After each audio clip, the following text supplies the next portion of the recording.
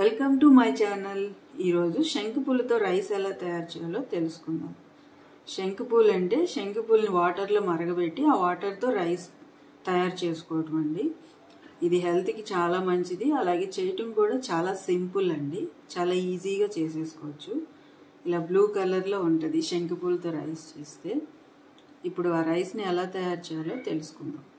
శంకుపూలు rice కోసం ముందుగా ఒక గిన్నెలో ఇలా పూలు తీసుకొని దానిలో మనకి కావలసినంత వాటర్, అంటే మనకి రైస్కి ఎంత వాటర్ కావాలో అన్ని గ్లాసులు వాటర్ యాడ్ చేసి దానికి తగ్గట్టు ఈ పూలు యాడ్ చేయాలండి. ఇలా యాడ్ చేసుకొని ఇప్పుడు ఇవి 10 నిమిషాలు మరిగించుకోవాలి. స్టవ్ ఆన్ చేసి ఇలా 10 నిమిషాలు మరిగిన తర్వాత వాటర్ ఇలా బ్లూ కలర్లో వచ్చేసింది కదా. ఇప్పుడు ఆ పూలన్నీ ఆ వాటర్లో మరిగిపోయి దానిలో ఉన్న బ్లూ కలర్ అంతా వాటర్లోకి దిగిపోయిందండి.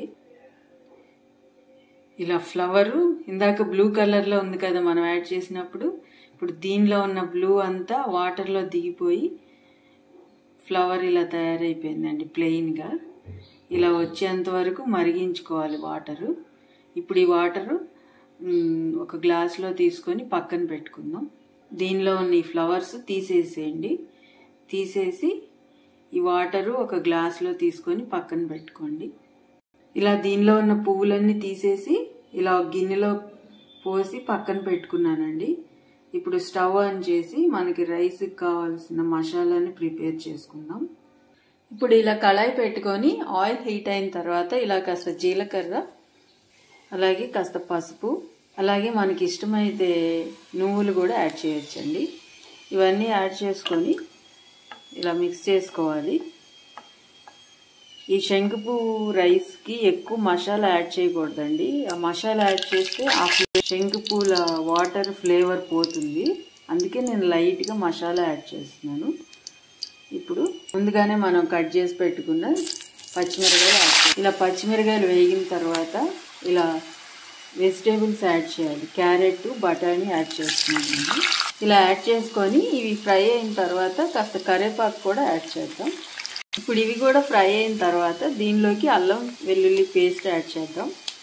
ఈ మసాలా మనం తీసుకునే రైస్ని బట్టి ప్రిపేర్ చేసుకోవాలి. మసాలా కూడా చాలా మైల్డ్గా తీసుకోవాలండి.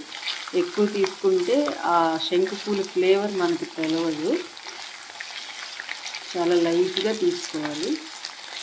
ఇప్పుడు ఇది ఫ్రై అయిన తర్వాత దీనిలో కాస్త ధనియాల పౌడర్ యాడ్ చేద్దాం. ఇది ధనియాల పౌడర్ మిక్స్ చేసేసుకున్నాం కదా. ఇప్పుడు స్టవ్ ఆఫ్ చేసేసుకొని ఇప్పుడు నేను రైస్ కుక్కర్లో పెడుతున్నాను కదా, అందుకని నేను ఆ రైస్ కుక్కర్లోకి ఈ మసాలాని యాడ్ చేస్తున్నాను. ఇలా రైస్ కుక్కర్లో నేను ముందుగానే బియ్యం కడిగేసి పెట్టేశాను. ఈ బియ్యంలోకి మసాలాని యాడ్ చేశాను. ఇప్పుడు ఆ శంకుపూలు వేసి మనం వాటర్ మరగబెట్టుకున్నాం కదా, ఆ వాటర్ కూడా ఈ రైస్కి తగ్గట్టు యాడ్ చేయాలి. నేను ఒక గ్లాసు రైస్ తీసుకున్నాను, దానికి 3 గ్లాసులు వాటర్ యాడ్ చేస్తున్నాను. ఇగోనండి వాటర్ ఇలా గిన్నెలో తీసి పెట్టుకున్నాను పూలన్నీ తీసేసి. ఇప్పుడు ఈ వాటర్ ఆ రైస్ కుక్కర్లోకి యాడ్ చేద్దాం. ఇలా యాడ్ చేసుకోవాలండి.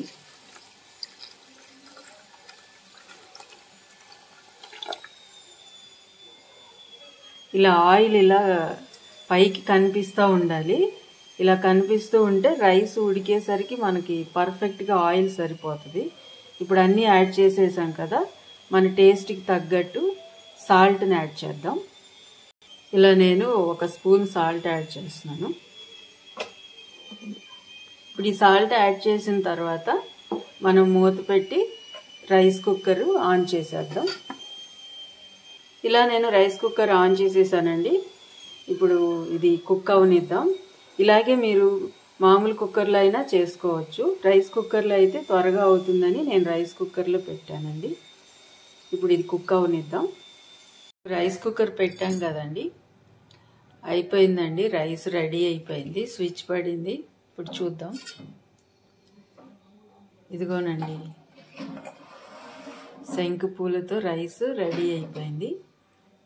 ఇలా పర్ఫెక్ట్గా కుక్ అయిపోయింది. ఇప్పుడు ఇది ప్లేట్లోకి తీసుకుందాం. ఇలా ప్లేట్లోకి తీసుకొని సర్వ్ చేసుకోవటమే. దీనిలో ఏ కర్రీ అవసరం లేదండి, ఇలా ప్లెయిన్గానే చాలా బాగుంటుంది. నచ్చితే మీరు కూడా ట్రై చేసి ఎలా ఉందో కామెంట్ చేయండి. అలాగే లైక్ చేయండి, షేర్ చేయండి, సబ్స్క్రైబ్ చేసుకోండి. Thanks for watching.